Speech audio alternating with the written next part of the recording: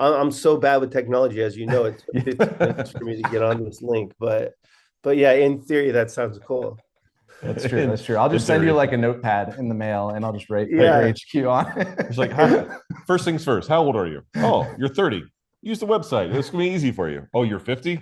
All right, Text me. we're just in a carrier pigeon with a note attached. It's all yeah, right. that's much better. Yeah. Me and my buddy, we making all of this money. Yeah, I know it's rude to be bragging. They never catching us slacking. Me and my buddy. Guys, welcome back. Table One Podcast. Co-host Justin Young, other co-host Art Parman, and special guest today is Billy McNulty, aka DGAF. And this is the first time I actually learned your last name. So there you go. That may or may not be my last name. I try and stay pretty anonymous. So there's a chance that's Billy not Smith. actually. Yeah, there you go. Sorry. Thanks for having me on, though. Yeah, of course. I'm sure you've seen all of our episodes before. We do appreciate your support. But just in case you have not, we typically just kind of like take the viewers back to you as a little tiny gambler and found out how you decided to make that more of your living and the fun journeys along the way. So lowercase DGAF. Yeah, that's right. Small d, very small d. Barely see it. It's a silent D. He does give a fuck, actually. Don't see it coming. So where'd you grow up? I grew up in San Diego, mostly.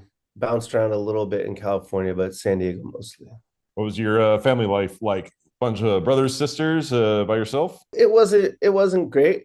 It wasn't storybook. I have an older brother, and then my mom remarried, and a couple siblings that way as well. But yeah, it wasn't the best. But I got way into sports as kind of my outlet, and also was playing poker at an early age.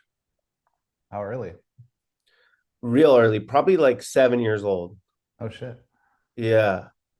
Would just what kind of games? Like draw or yeah, like draw game, mostly like 5-card draw and some like 7-card stub. Would just go over to my friend's house and his dad would have their poker game and they kind of just taught us and we just play with nickels and dimes.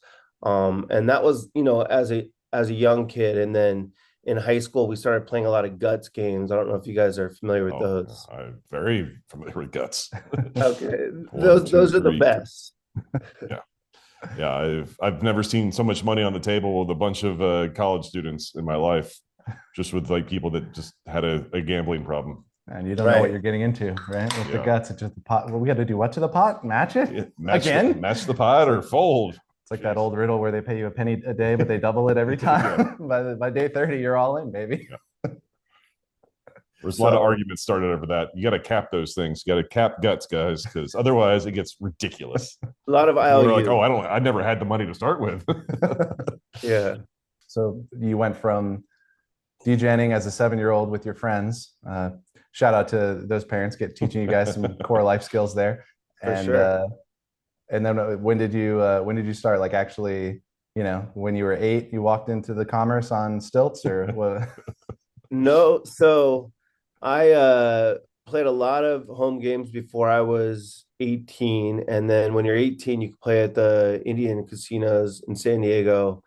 And yeah, I was a casino rat before No Limit broke. I was playing when you could smoke cigarettes at the table.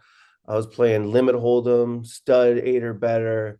And then I was there the first day, my casino, Viejas Casino out in East County, San Diego, spread No Limit. And I took a seat. I didn't really know like all the rules even. And like I ran a bluff pretty quickly. And then from then on, I was just hooked. Just like a terrible bluff, but just, it was so much money. The guy like folded an overpair face up and it was just like classic. I'd missed my draw, just like basic stuff. But yeah, I was probably playing 20 or 30 hours a week before that. And then immediately after that, at least 40 hours a week. What year was this when your transition? I think it was 2005, right? Or 2004 or 2005. So what year did Moneymaker win?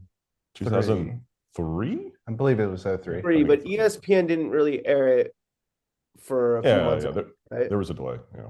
Yeah, so it was sometime right around then, and that changed everything for me. I was going into the casino pretty much every day after that, and I actually studied a bunch, what was available at the time, all the books, and I was just you wouldn't believe it because you guys never saw me in this form, but I was like the grinder, like the hardcore grinder, new pro, didn't know shit about being good for the game, but was just playing really, really well for several years. All right, really quick, guys. Phenom Poker is out now. It is live. And if you want to support Table One, just go to joinphenompoker.com and that will help us. Fill in your information and you'll be on with us. Tons of people on there, tons of action, especially until Art and I will run out of money, I think. That's true. And we are doing some sort of free roll. Anyone who signs up through our link, we're going to eventually reveal the details on Twitter, but if you sign up through our link, we are going to go all in up to 10 times at $100 no limit until somebody wins the $100. We might stack you 10 times and you'll lose 1,000 in this promotion, but we are trying to give away 100. So if we accidentally stack you 10 times, thanks. Thanks for playing. All right, joinphenompoker.com. Now. Okay. Did you ever have just rewinding a little bit, did you ever have like a real job or anything to like build up some money to play with, or? So I had like real jobs, sure, but I would just play like 2-3 no limit mostly. And then one day I would win, but I would just spend it. And then one day I went to the casino with my little brother and he played 5-5. And I was so pissed that he could play that.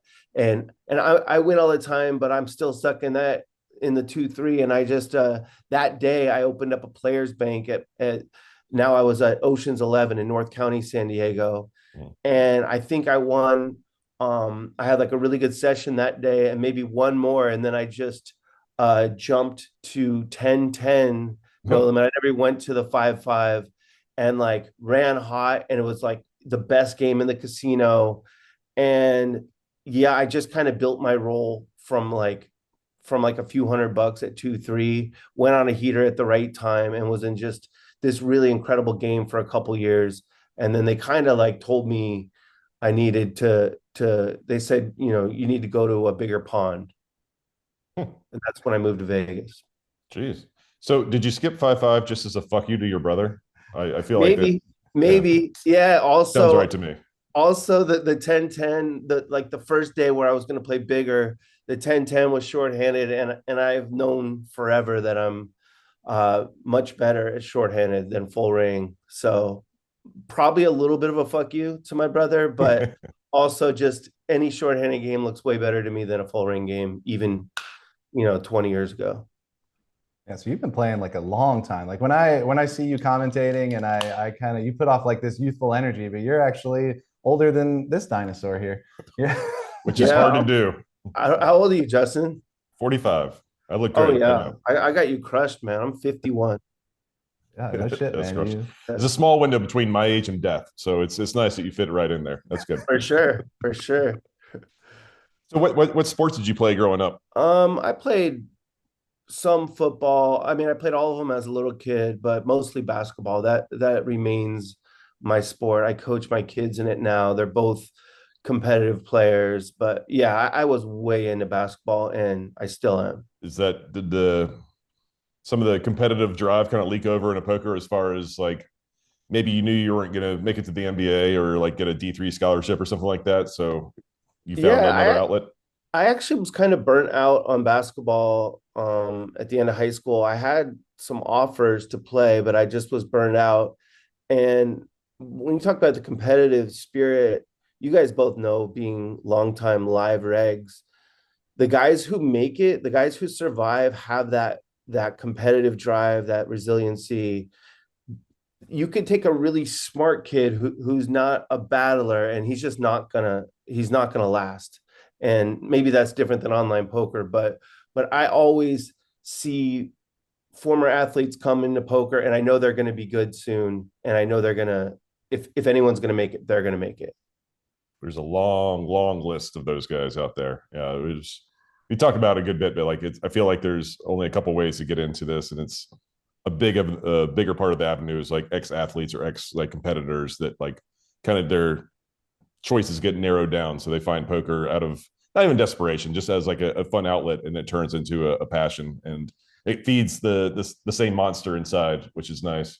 Yeah, plus it Yeah, feels like a more of a meritocracy, you know, like we have a little rebellious streak in us. Sure. We don't necessarily want someone to answer to. It's like I'm going to be the best on my own merit, you know, and if I want to drink beer all night and sleep in until 11, that's going to be okay too. It's got to be part of the job. Yeah, that's fair. So after you turn 18, you're going to these Indian casinos in San Diego. Like, was college even on the radar at all, or was it oh, just poker, poker, poker? I went to college up here in Long Beach, where I'm at now. Um, I didn't attend that many classes and just worked like shitty jobs. Yeah, I just was never like that much of a student. But yeah, I did attend. I didn't graduate, but I attended. What was the major? What was the goal if things went wrong in poker? English creative writing. I've Oh my always been a God! All writer, right. and there was no plan. I've never had any plan in life. I'm trying to do that now, but I've never really had any plan. I've always just gone with the flow, and it's you know, it's been a journey for sure, good and bad. Look at us now. Yeah. Yep. Chatting Yeah. over the internet. It's not been very calculated. Yeah, but that, I mean, that makes sense. The creative writing. I mean, you have famous 2+2 presence. I wasn't a big internet forum. At least I had like a niche community that I would go on. But I never went on 2+2. And then, you know, from there you spun off into your own. Did you ever have a blog, or do you just do the podcast? So yeah, 2+2 kind of was my blog. I wrote a thread I think in 2012, and it just lasted for maybe 6, 7 years, and then I started a blog, and I just got into podcasting kind of by accident. I did it as a favor for my friend, a psychiatrist who wanted to start one, and I said, "Well, I already have people that would listen because of my thread on 2+2. I know a lot of Let's fucked up people. yeah They'll need you. yeah." Wow. You get So kickbacks? Oh my gosh. yeah, so I started one with him, and you know I had no idea what I was doing. I didn't even listen to podcasts, and but people said they liked it, and then I just started my poker podcast, which turned into my life story podcast sessions, and that was 2018, and it's still going strong. That's awesome. Do you do one every day or once a week or? No, not every day. I drop typically 2 hours a week. Okay. Yeah. And it's just like your diary basically. Do you ever have like guests on? I did, especially during Corona. I had a ton of guests. I have a lot of interviews that people might find interesting. I had a whole week that I dedicated to Garrett Adelstein. I've interviewed Doug Polk, some guys you may not know that have incredible gambling stories. And yeah, I've interviewed a ton of people, but lately it's just I just tell my life story on a 1 week delay, and then I also recap my sessions that I play. And you know, if I'm playing on stream, that makes it easier. You can just go back and watch. But if not, I'm taking notes. Like I played at the casino last night, and I was just taking notes on my phone the whole time.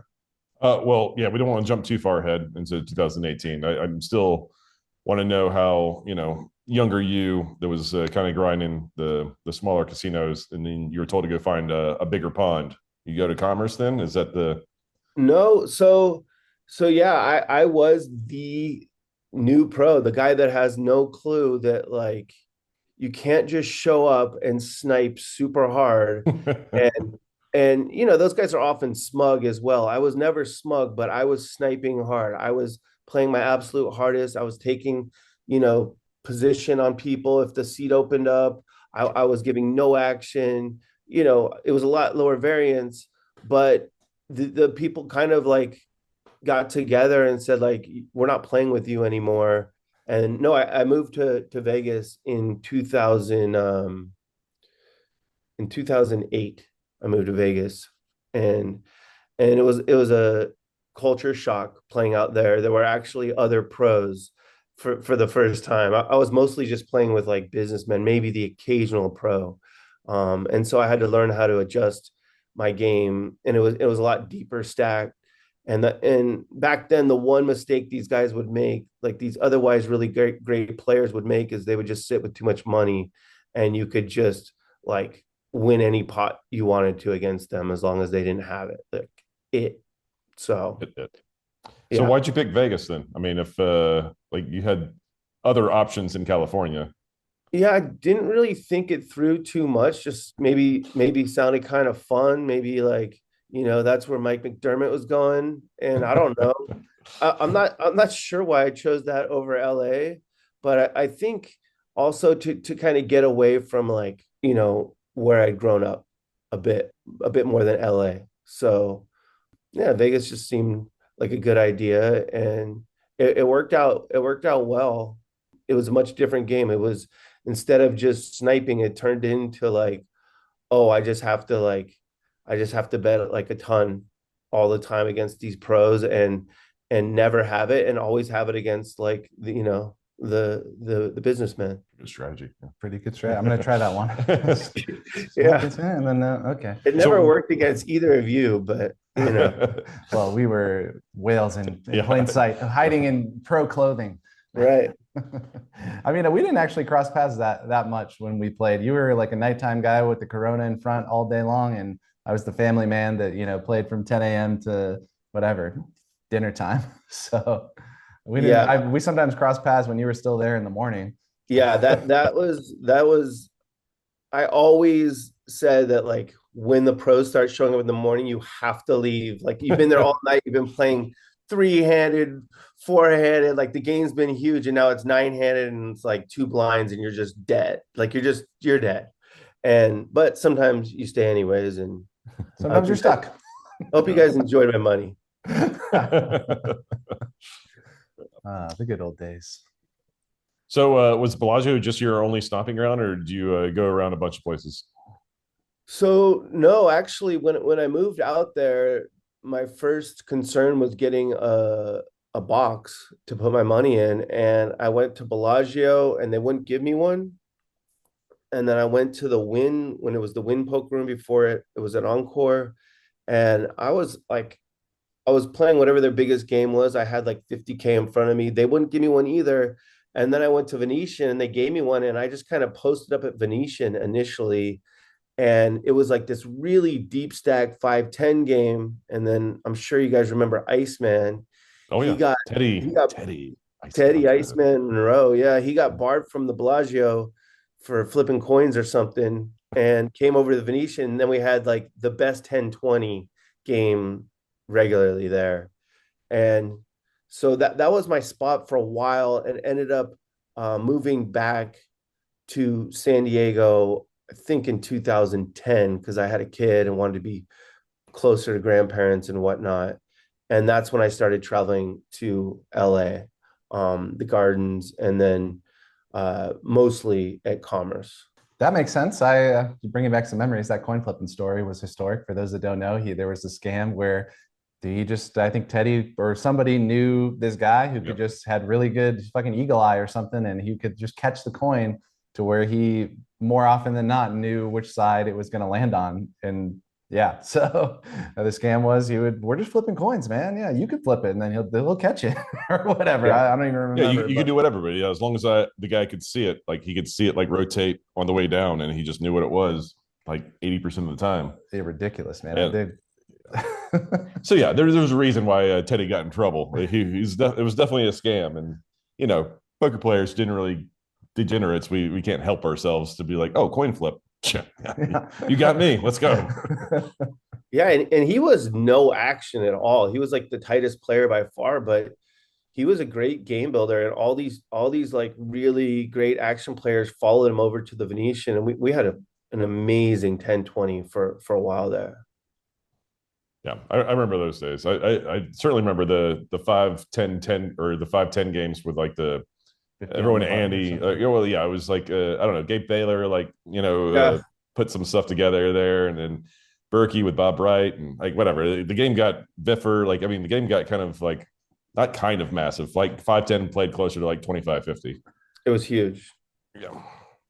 And for some reason, every pro would sit down with, 10, 20K, and they were very good at playing, say, 1 or 2K stacks, but I don't know why they did that, but dick on table, maybe. Yeah, or it's like, I guess, well, I make so much money if I put in a 1,000. So if I 10x my buy-in, I'll make 10x the money. Yeah, right. Except on the turn when you get check raised, you're like, oh no, never. What do I do now? Before? Yeah, I have no idea what to do now. I mean, I have a good hand. Okay, that's cool.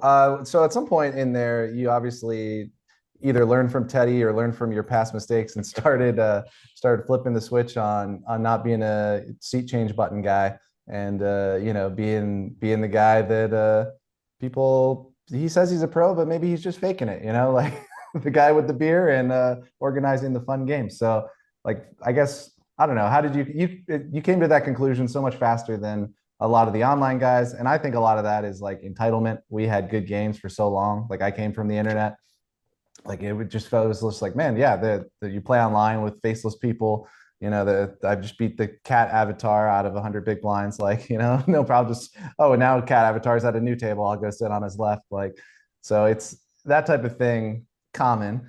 And I think now that the boom period of poker is well past its prime, we are all the smart people that are left in poker are realizing, make poker fun again, which is what Table One's all about. And sure. I know you've been about it for a long time. So yeah, yeah, shout out to you guys for embracing that. I have people ask me all the time when they're going to Vegas, should I play in this person's game? And I never try and like kill someone's action. So I just say like, no comment, but the Table One guys, they're not going to cheat you, and like usually pretty good games.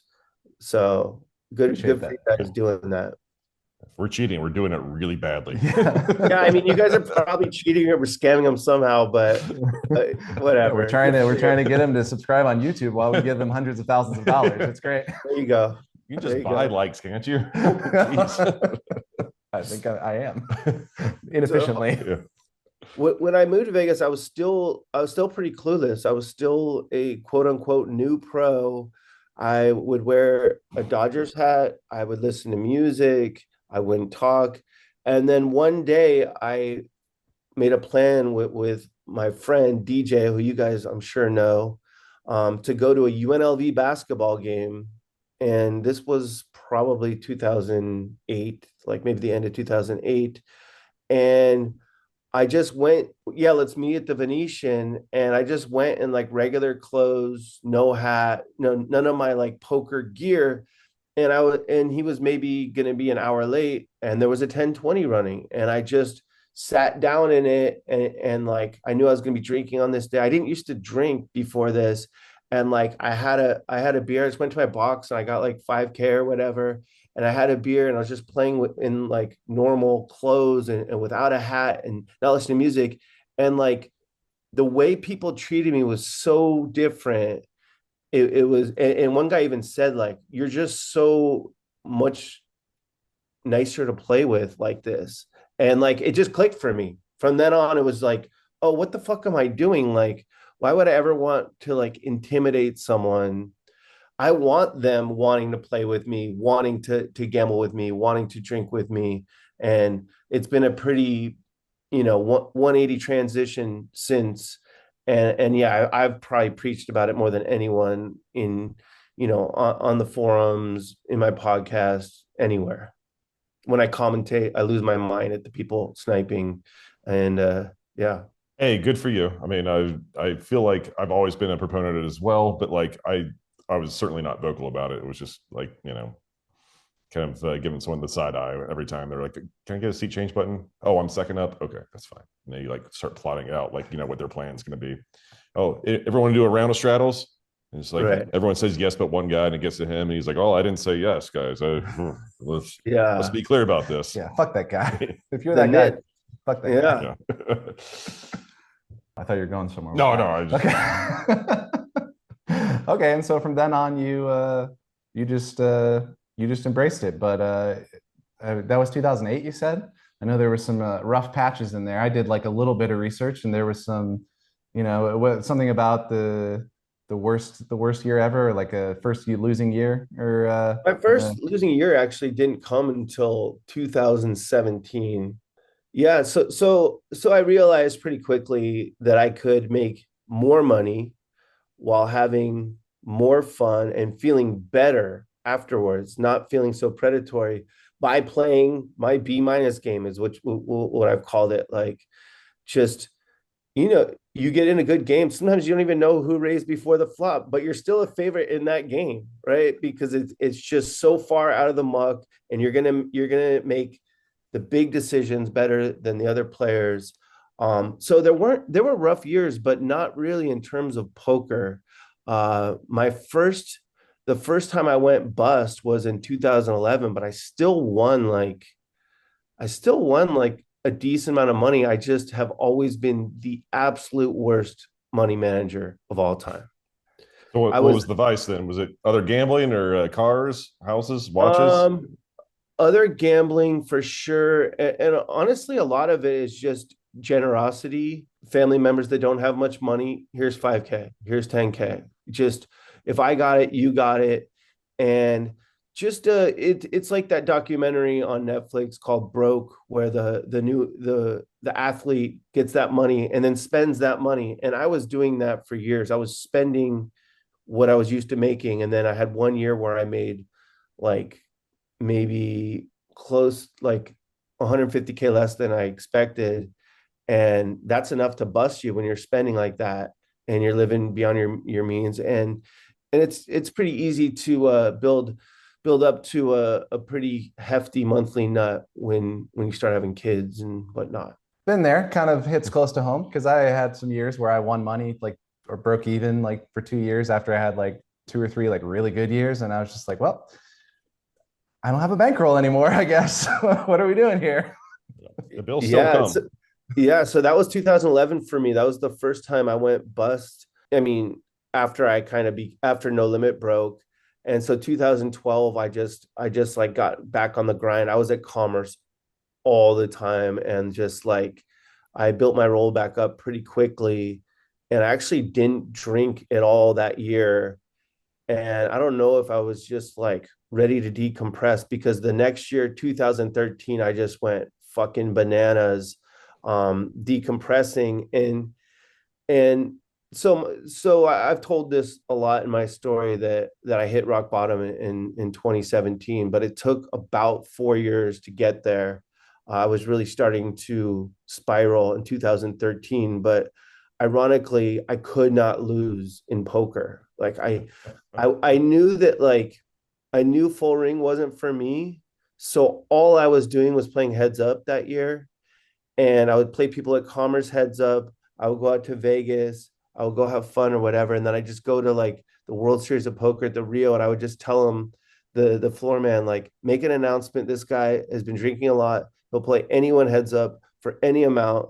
And I would do this like at every room in Vegas. And like the guys, the Doug Polk soldiers would come and play me. And I was running hot and I was locked in. And like I was just whacking everybody.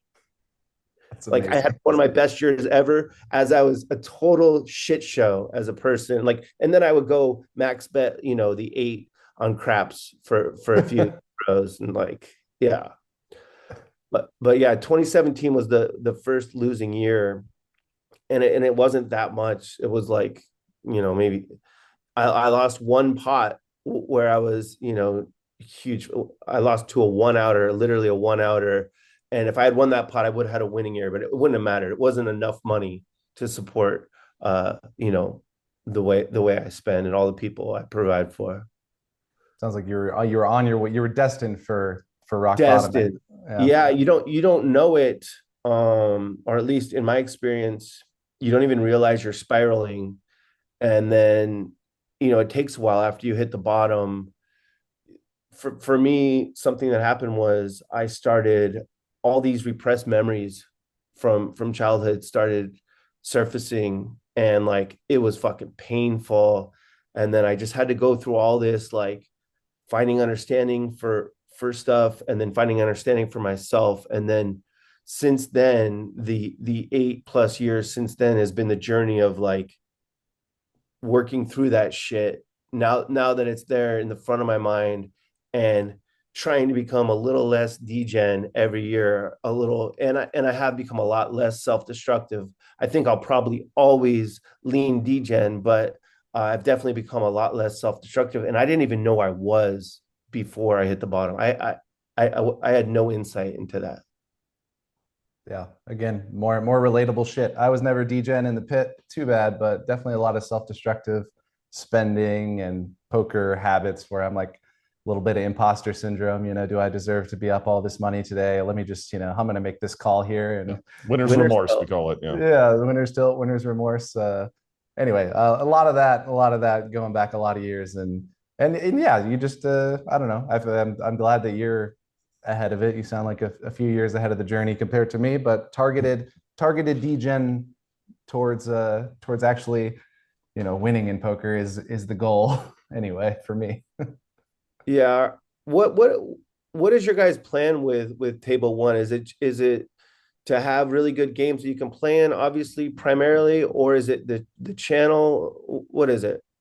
I think primarily just poker. Yeah, just try to make the pie bigger, get people to follow us here so that they want to come and try out the game. We get a lot of people that just like see the social media or see Justin on No Gamble, No Future and want to play with him and stuff like that, and just see who we have in the game. And yeah, I primarily just having good games to play in, because I don't see us ever not playing poker. It's not like we want to build a game and then just, whatever, not playing it. Like, that doesn't make any sense. Yeah, we don't want to walk off into the sunset. Like the initial idea of the podcast was to just put a spotlight on our game, in all honesty, and it's kind of morphed into something different, because like the first handful of episodes was just Art and I kind of talking into the void, and then people started listening a little bit, and then we had Chino on, and then like all of a sudden it was like, oh, people were like strangers who were talking to us about the podcast. It was like, yeah, but do you want to play Table One? And they're like, no, I play 1-2 once a month. Like, no, I just like your podcast. And so it's kind of morphed into something different, but like I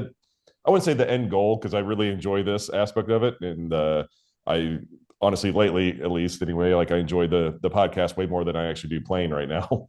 But like, no, the goal's always been, just to try to cast a wider net. That's all. Yeah. And I love what you do out there. You have like, I know you were with Hustler for a long time, and you're still in the Hustler community family of casinos or whatever, but is it a Lucky Lady? Is that where you're, or Lucky Chances? Yeah, Larry Flint's Lucky Lady. So I believe Lucky Chances is up in Northern California, but Hustler Casino and Lucky Lady Casino are less than a mile apart in Gardena. And when I got hired to be a commentator for Hustler Casino Live, the GM reached out to me and said, do you want Hustler to sponsor your podcast? And I initially said no. I didn't want to have any ads in my podcast, because it's a subscriber. It's on Patreon. People already pay for it. I don't want to be putting ads in the middle of the content.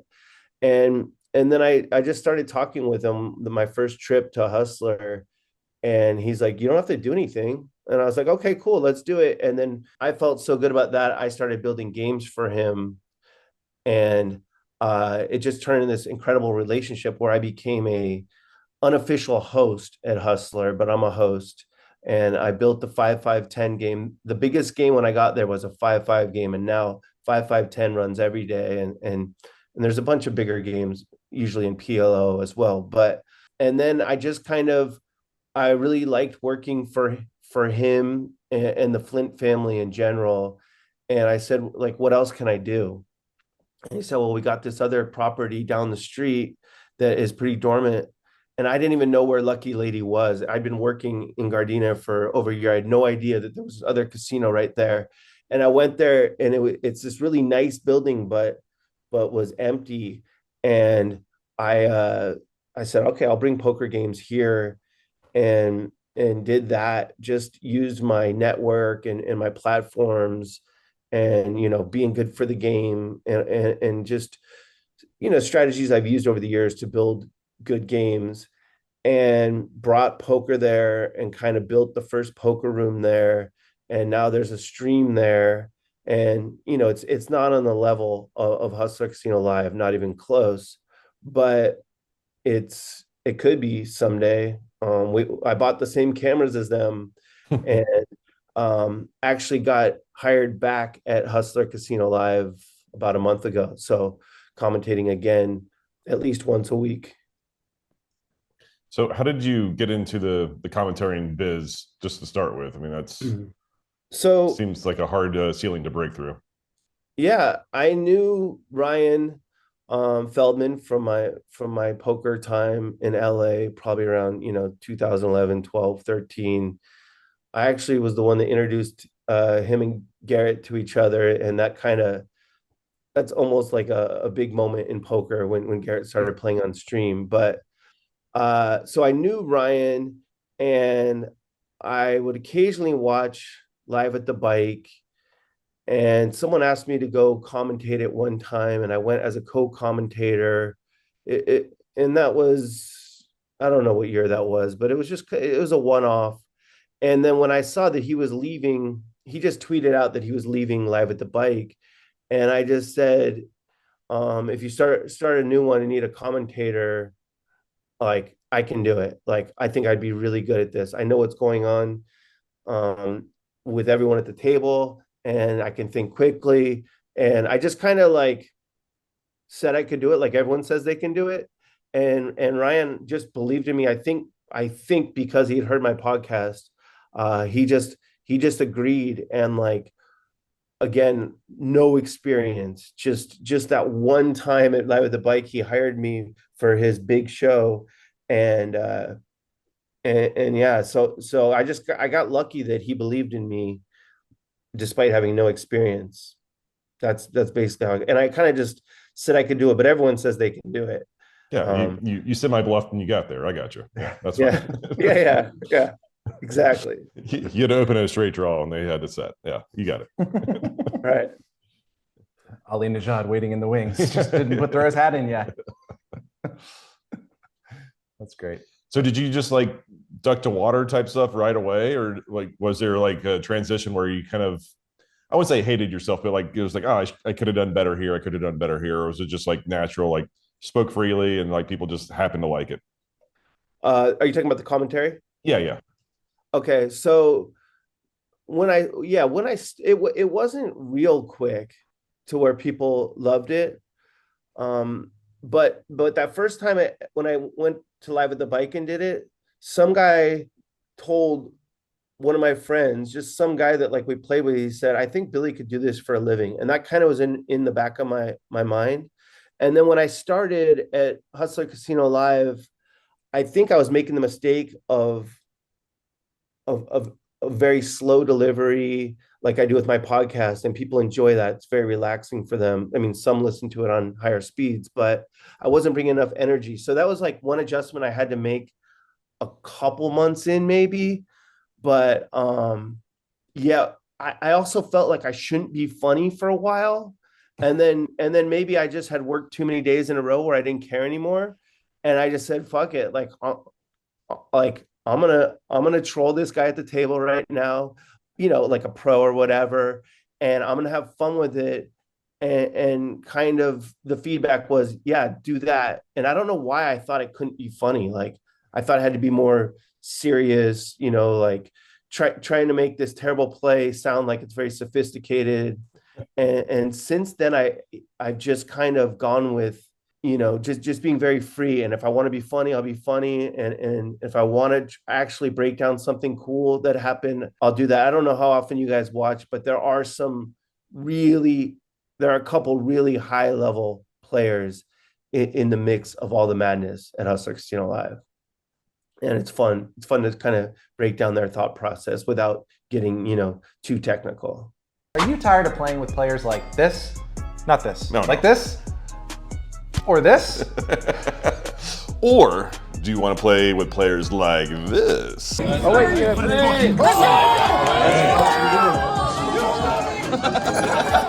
If you like having fun at the poker table, Table 1 is the game for you. We play high stakes, no limit, 100 blinds. And if you want to get into the game, it's actually super easy. We have a website, table1.vegas. You just go to the website, you click get a seat in the game, and fill out the form. It's that easy. It's your name, it's your phone number, it's the date that you're here, and I will personally reach out to you. And it's only $5K minimum buy-in. Run it up at 2.5 and join us. Yeah, I definitely can. That comes across in your commentary. And one thing I'll say is like, I respect you a lot for like how authentic you are, because like you have admitted like, yeah, I make a lot of money playing poker. This is my job. This is what I want to do to make money. But that doesn't mean like I can't put together like the best game in town where everybody's going to enjoy themselves, win or lose. And it continues to be, at least for me, big inspiration for like just putting good lineups together, thinking about how everybody kind of interacts with each other, and which pros are liked, which are not, which regs get along, or not regs, which VIPs get along, and which ones do not, and stuff like that. Yeah, I relate to that post you put on X the other day was great about everyone wants to know who's in the lineup. And like, not only do I organize like games on the casino floor, I organize lineups for shows all the time, and it will drive you mad. Like, everyone wants to know who's in. This person doesn't like this person, and then of course like the one sniper has talked the super VIP into saying he'll only play if he plays, and like it's a puzzle, and it's mostly fun, sometimes infuriating, and seems like you guys are doing the same thing out there quite a bit. Yeah, I think that's just life in running games. I mean, sounds like you run a lot more games than we do, and you have other things to consider like optics with the cameras and all this other stuff. But yeah, no, I mean, we're trying to be efficient. Both Justin and I are pretty lazy, and I don't know if you saw the end of that post, but just to show my own horn here, I did launch that Poker HQ. So if if you want to try it for free and see if it works for your people and your games, I'll happily let you use it and see and take some feedback. Cool. Yeah, it's I'm so bad with technology, as you know. It's 15 minutes for me to get on this link, but yeah, in theory, that sounds cool. That's true. I'll just send you like a notepad in the mail, and I'll just write your HQ on it. It's like, first things first, how old are you? Oh, you're 30. Use the website. It's gonna be easy for you. Oh, you're 50. All right, we're just in a carrier pigeon with a note attached. It's all right. Yeah, that's much better. Yeah. It's also true for people who play our game, by the way. We put them on the website if they're 30. If they're older, carrier pigeon. Yeah, then I communicate with them. We speak the same language. Is Matt Moore still a part of your guys' group? Yeah, he'll play.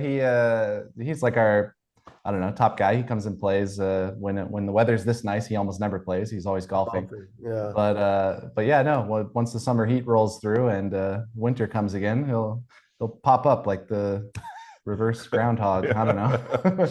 That's about right. Yeah, I think he's really hoping to make the senior tour in like 20 years or something like that. I'm not really sure, but yeah, he's been working at golf so hard, and I think he's gotten from like a 4 to like a 2. And it's like, geez, it's not like I can relate because I'm not that good, but man, like he's working so hard and he's only improved a little bit. Yeah. It's like folding a piece of paper though, probably, right? Once you get to those last couple folds. You can only fold any paper like 7 times or 13 times, whatever it is. I can't remember the number, but it doesn't matter how big the piece of paper is. You can only do it so many times. Okay, so he's just like a friend of the table one. Like, the table one is you two. Yeah, correct. Okay, I thought it was you 3 for a while, but okay, that makes sense. No, he definitely helped out a lot in the beginning, and not that he doesn't help out now, but yeah, it was he's always kind of just been like an advisor and like a good person to have in the game. Cool. Yeah, he's got a big network of players that like he comes and brings them to the game and stuff too. So it's and people want him. The people want him on the podcast. So that, and we do too. Boy with a dream, kid with a dream.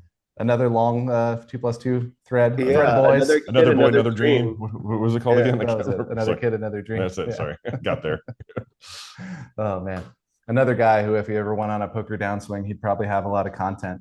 He just got too rich from playing poker, so he can't. The thread ended. Yeah, I interviewed him. I think in season 1 of Sessions, and it was it was pretty good. He actually said he had like a losing year before that.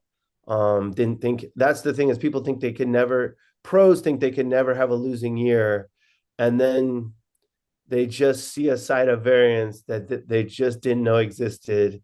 And even though they've been around like 10, 15 years, it can get you like later.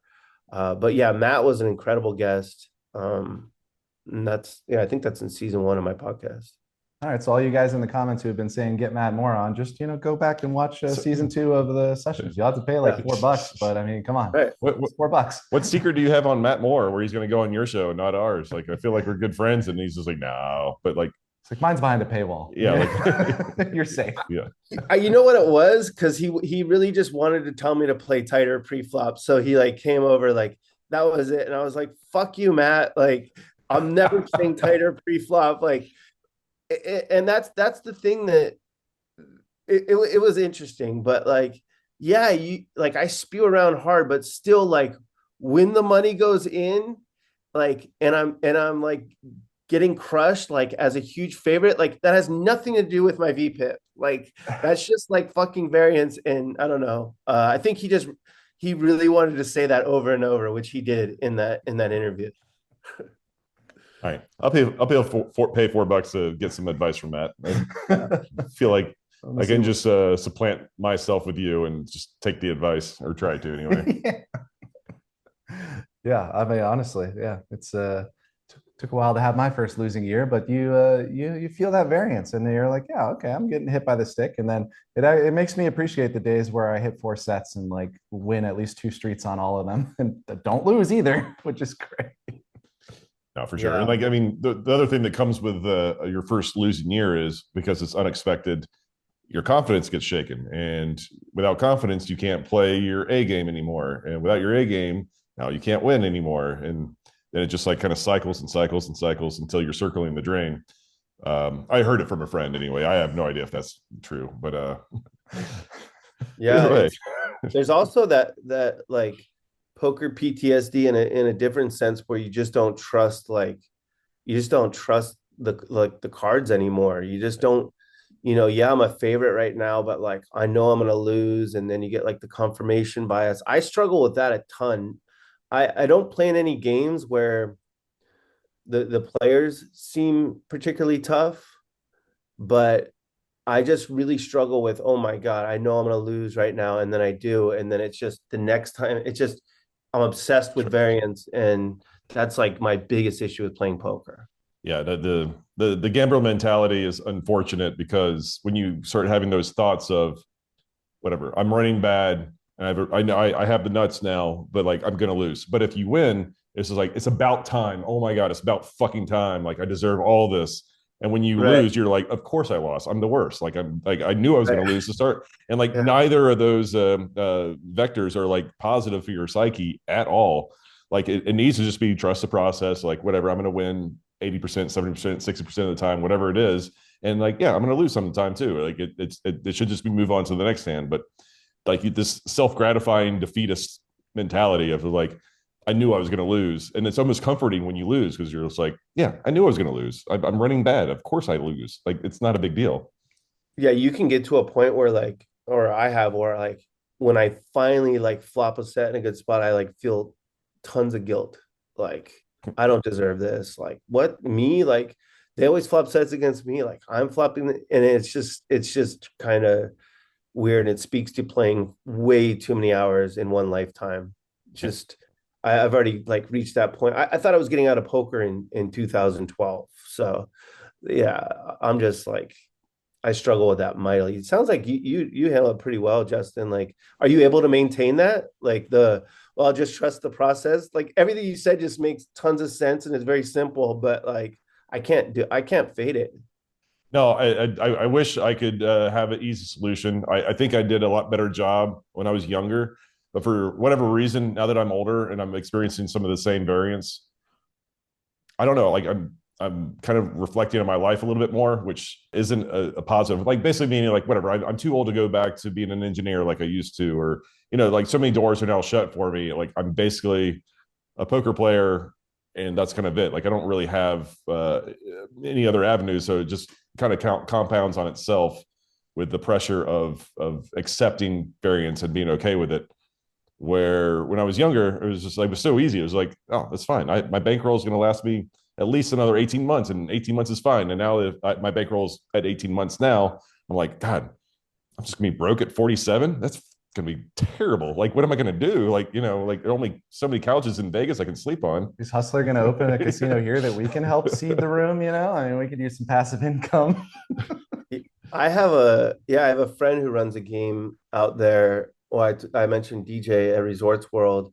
I know it's tougher to get compensated by casinos out there for poker because they make so much money on other things. But out here, yeah, if you bring business to casinos, like they pay you. At least the smart ones do. So I don't know if like the Arias, got you guys on huge salaries or not, but Massive. Can't afford this Lululemon without that shit. I think $2 an hour in food comps. which I never spend. I was recently told. Kind of wild to me, to be honest, because all these games can travel, and I'm just surprised more casinos don't understand the value in having, like, what you guys are doing is shining a light on this private room at the Aria, and not only are you doing that, you're generating rake. And these people that are coming to play in your big poker games go on tilt and go in the pit, and they go to Carbone, and like it's odd to me that it's not compensated hardly at all out there. Kind of, not to like shit on any one property or whatever, but I think Vegas is so competitive between the casinos. Like they get a lot of like tourist people coming in, but like it's almost the opposite to where it's so corporate that like if a game even moves to another casino, whoever's running that game just gets banned from that casino. They're not allowed to play, they're not allowed to play poker there anymore. So yeah, they take a stick versus carrot approach, I think, a lot of the places out here. Right. So a little inside baseball there for people outside watching. And a lot of it's like supply and demand, especially over the last, I would say, 2 years. The amount of private games in Vegas has exponentially grown. So like even if there was a falling out between a casino and a private game runner, there's 8 other guys right behind him just ready to go, like chomping at the bit to like take that spot. So it's a little supply demand, I think, when it comes to that, unfortunately, for what it's worth.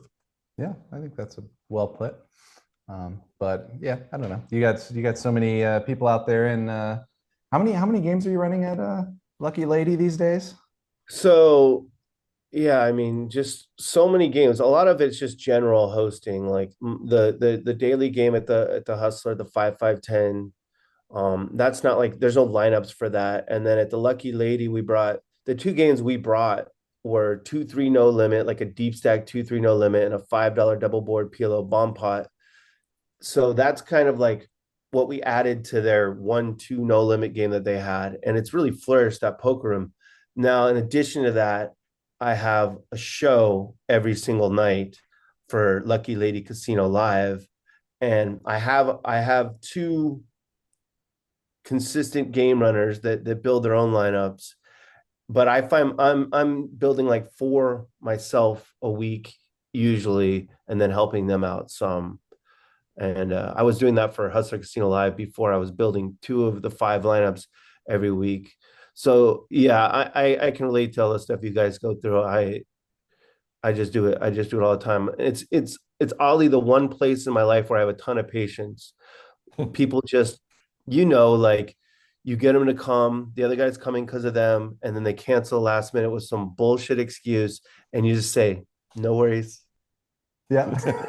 Next time. It's like, all right. You like want to break your phone, but you're like, all good. So and then you look like an idiot to the guy who's coming because of the other guy, and you're like, God, he canceled. Look what he said.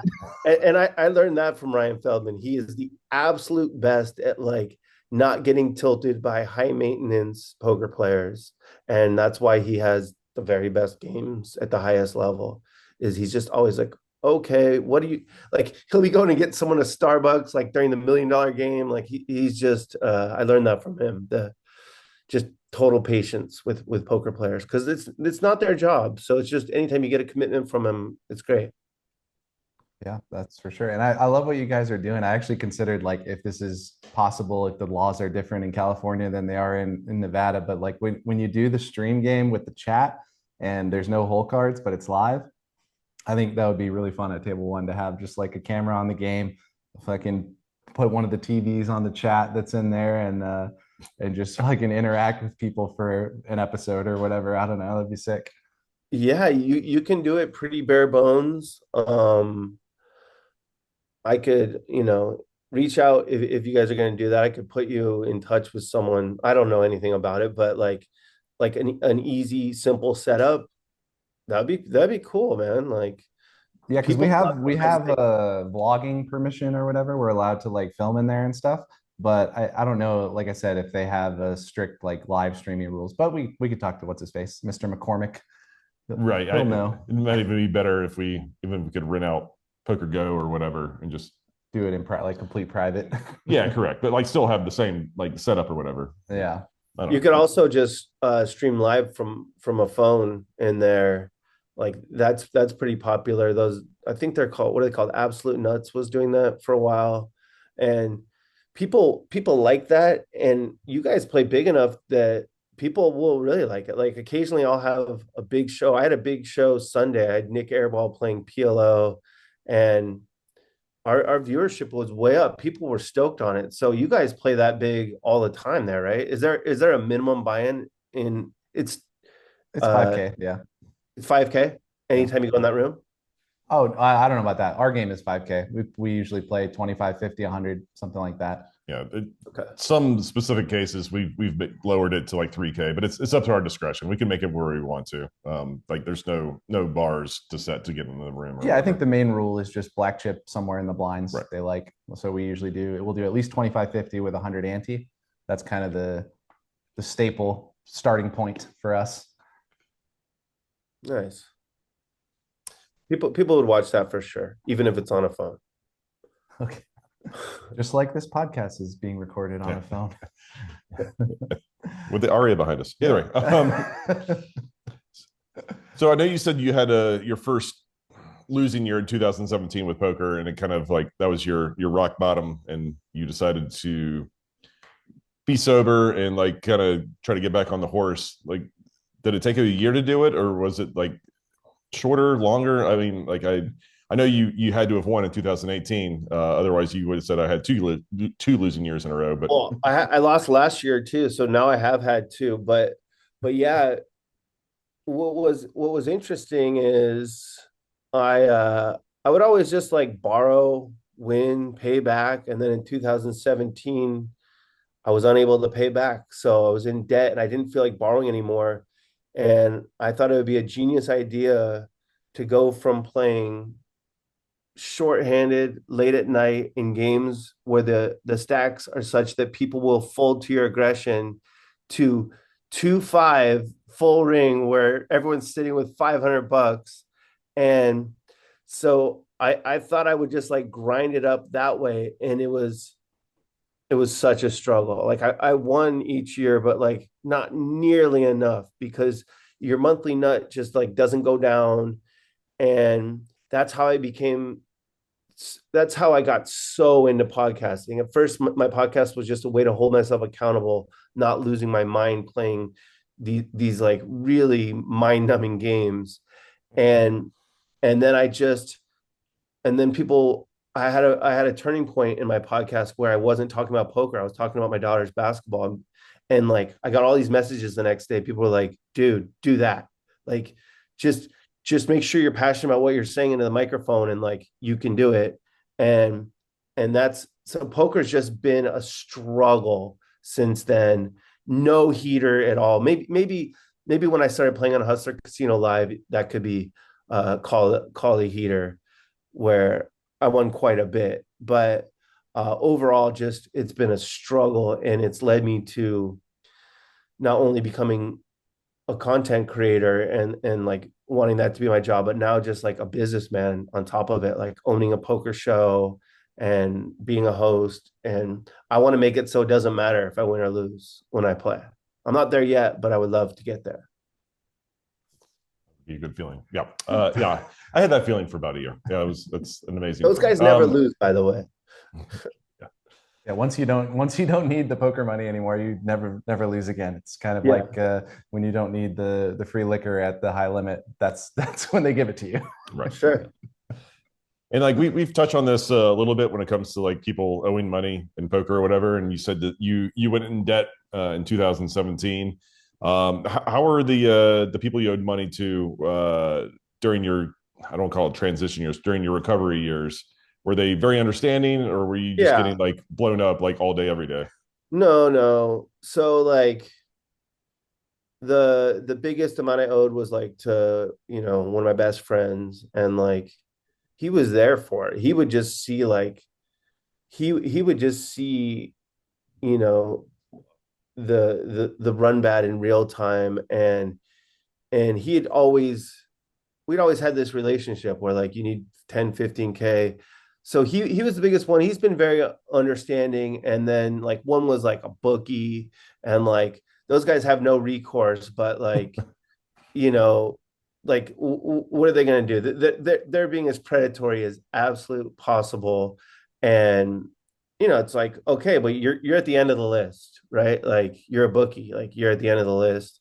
And no, it hasn't really, there's been all the pressure has been put on by myself. It's just the worst feeling, being in debt. That's the correct answer, by the way. For those that don't know, if you owe someone money, that's the correct answer. Yeah. You sound experienced. Yeah. And I have a lot of people that owe me, but it's Sure. smaller amounts. And poker has not been it has not been like, it's just like kept me afloat, and like barely. And it's just guided me into making money other ways, which I'm doing now. Finally, I'm finally making more than I'm spending. Oh yeah. Or do you own you own the whole show by yourself, or how does that work? Yeah, I own the whole Lucky Lady Casino Live show by myself. And I thought about taking on like investors or partners, but that would be some financial relief. But then when you put so much into it, like when I'm done with this interview, I'll have 28 messages or something, that you kind of just want to see if you can build it up, and then maybe get wealthy and maybe sell it like at some point. And you don't really just want someone putting in money and doing nothing and getting just as much as you at the end. Yeah, that sounds like art. Yeah. But what do you mean? No, like he's built differently than I am, as far as like he has a lot of really good ideas, and he wants, they're not like get rich quick schemes or anything, because they're not schemes at all, but they're just like good ideas.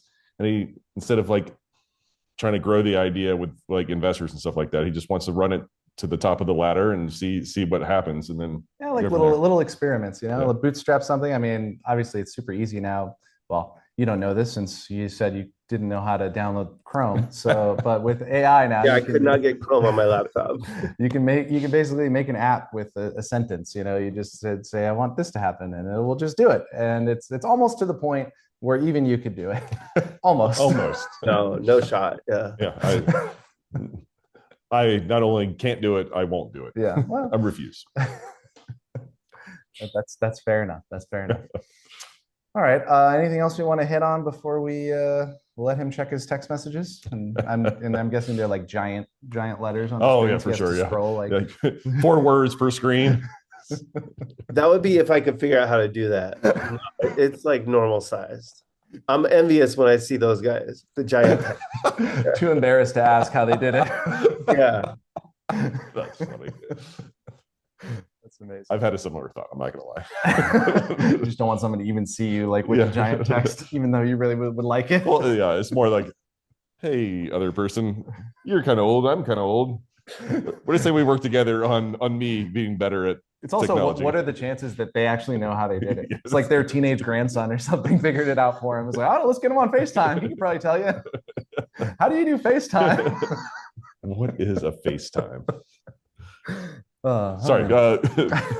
No. Yeah. What's in the future? What's going on with you currently and in the future? hopefully in the future, I just am working a little bit less. Like I since I hit the bottom, I have literally worked every single day, and it's been 8 years plus, and and I just don't get enough sleep. And um, currently, it's all going in the right direction. And there were long periods where I felt like maybe I was just spinning my wheels, and so I think I'm going to develop my poker show. I've treated it like a business over a poker show, in that I'm not, people say, "Oh, you need RFID, you need RFID." And it's like, well, what do you mean I need RFID? Like, I get paid to run a show, to run a game, and I use the show to run the game. And like, if I have RFID, now I'm spending more on payroll. And I just will continue to treat it as a business and first, and a poker show second. And I think that'll get me where I need to go. I don't have the luxury of just, like Ryan Feldman went into, I want to have the best poker show ever, but he had a lot of funding and a partner with a lot of money and a casino that was, willing to put a bunch of money in as well. And that worked out great for him.